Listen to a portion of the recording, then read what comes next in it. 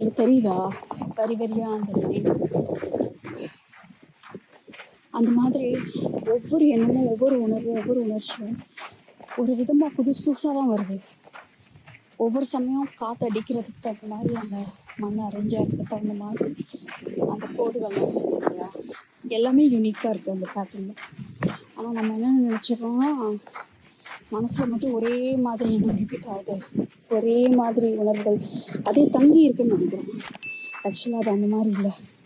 ஒவ்வொரு லைனும் எப்படி அந்தந்த மொமெண்ட், அந்தந்த காற்றினுடைய திசைக்கு தகுந்த மாதிரி அந்த மண் அரேஞ்ச் ஆகிருக்கோ, அதே மாதிரி தான் நம்ம சந்திக்கிற சூழ்நிலை வைத்து நமக்கு ஏற்படுற எண்ணங்கள், உணர்வுகள், உணர்ச்சிகள் எல்லாமே புதுசாக தான் வருது. அன்லஸ் நம்ம அதை கட்டிப்பிடிச்சி கொஞ்சல இல்லை துரத்த நினைக்கலன்னா அது வந்துட்டு புதுசாகவும் வருது.